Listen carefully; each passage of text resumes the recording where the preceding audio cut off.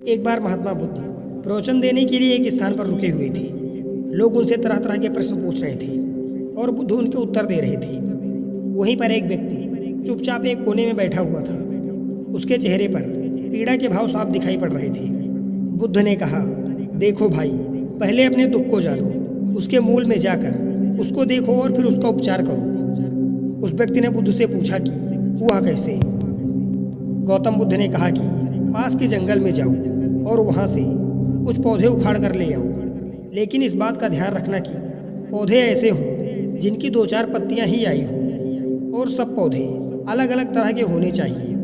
वह व्यक्ति तुरंत जंगल में गया और बुद्ध के निर्देशानुसार कुछ पौधे उखाड़ कर ले आया। महात्मा बुद्ध ने उसके हाथ से एक पौधा लिया और उसे देखते हुए पूछा कि यह कौन सा पौधा है।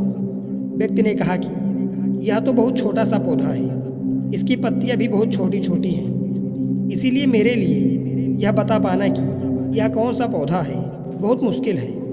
महात्मा बुद्ध ने कहा कि इस पौधे की जड़ों को ध्यानपूर्वक देखो और बताओ कि वह क्या है।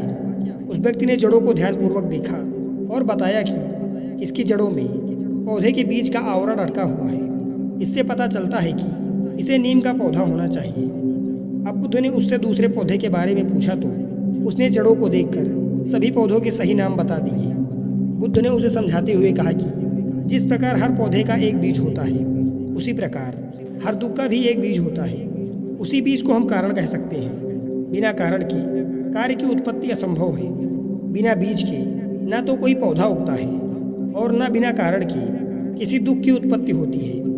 दुख के बीज या कारण को पहचान कर ही हम उसे दूर करने का उपाय कर सकते हैं। आधुनिक चिकित्सा पद्धति में भी किसी व्याधि की चिकित्सा करने के लिए रोग का समुचित निदान अनिवार्य है। रोग का सही कारण और व्याधि का सही स्वरूप जाने बिना उपचार करना हवा में तीर चलाने के समान है। पीड़ा चाहे शारीरिक हो अथवा मानसिक, उसके मूल को खोजना अनिवार्य है। अब कारण खोजने के पश्चात दुख का उपचार क्या है। महात्मा बुद्ध ने 4 आर्य सत्य उद्घाटित किए। उन्होंने कहा कि दुख जीवन का एक अनिवार्य सत्य है।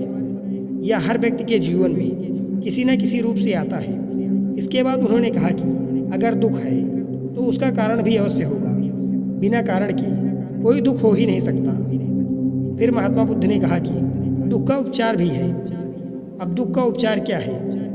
महात्मा बुद्ध ने कहा कि सम्यक मार्ग ही वास्तविक उपचार है। यही बुद्ध का दर्शन है। बुद्ध का अष्टांगिक मार्ग ही उनका दर्शन व हर व्याधि का उपचार है। दुखों से मुक्ति के लिए इसका पालन अनिवार्य है। अब यह सम्यक मार्ग क्या है। जीवन के हर क्षेत्र में हर प्रकार की अति से बचकर बीच का रास्ता अपनाना ही बुद्ध का अष्टांगिक मार्ग अथवा सम्यक मार्ग है। धन्यवाद।